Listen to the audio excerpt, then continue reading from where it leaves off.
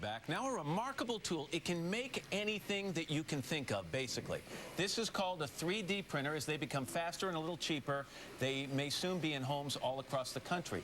Glenn Doreen is Senior Technology Editor for Popular Mechanics. Glenn, good morning. Nice to see you. Good morning. All right, keep it simple. Sure. But it is fascinating. We've been watching it work all morning long. How does it work?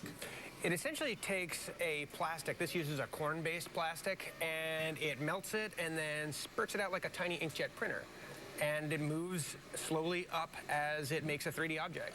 But how do you get it to copy a certain object? Does it take a picture of the object first? Do you place that object in front? Is it all computer programming? So right now, a lot of this stuff is done through CAD files, computer programming. Anything you can design on a computer, this can print out in 3D. But there are, in fact, the makers of this MakerBot are making a 3D scanner, which will be out later this year, allow you to scan anything and then make a copy of it. We had a comb on a little while ago that this printer made, and my first thought is, okay, but you can go to a mass production facility and you can knock out a comb in 5 seconds. Here it takes about 11 minutes. Why would you choose to do it this way? Well, if you're making hundreds of thousands of combs, you probably would go mass production. But I don't know, for someone like me, maybe I don't need it. Maybe I need a specialized comb. I could redesign it on a computer and then print out exactly a specialized one for me, or do a low volume run on one of these. All right, so at the moment, first of all, these are fairly expensive right now. I think this printer costs about $1,000. Actually, this one's around $2,200. Okay. But there are much cheaper ones. You can get them now as cheap as $500.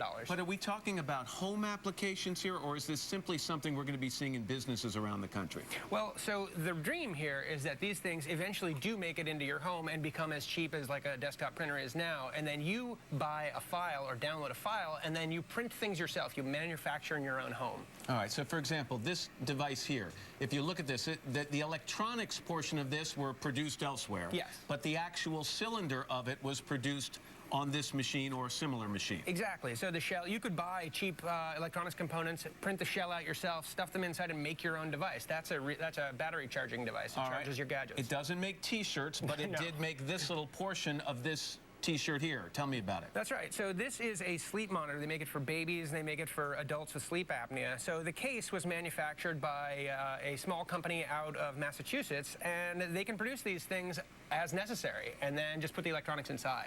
Is this these skulls? Was that made with a 3D printer? So yeah, this was made with a 3D printer, and it's actually from I don't know if this was a CAT scan or an MRI, but you can take a scan of somebody's actual skull and then print it out. But what it tells me is you can do this on a large scale. You can make big objects. Yeah, you can make objects as big as the printer itself. You make a larger printer, you can make a larger printout. As we look at some of the other items that were created, here's that comb again with 3D printers. There are some concerns.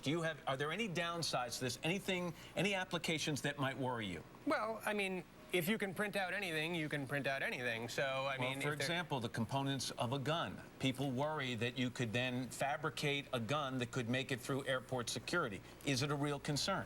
So, yes, you can do that because you're printing out parts. So you can print out parts of anything, and how you feel about that, I guess, depends on how you feel about guns in general. So I'm not qualified to make a political statement on it, but I can tell you that yes, it's technologically possible.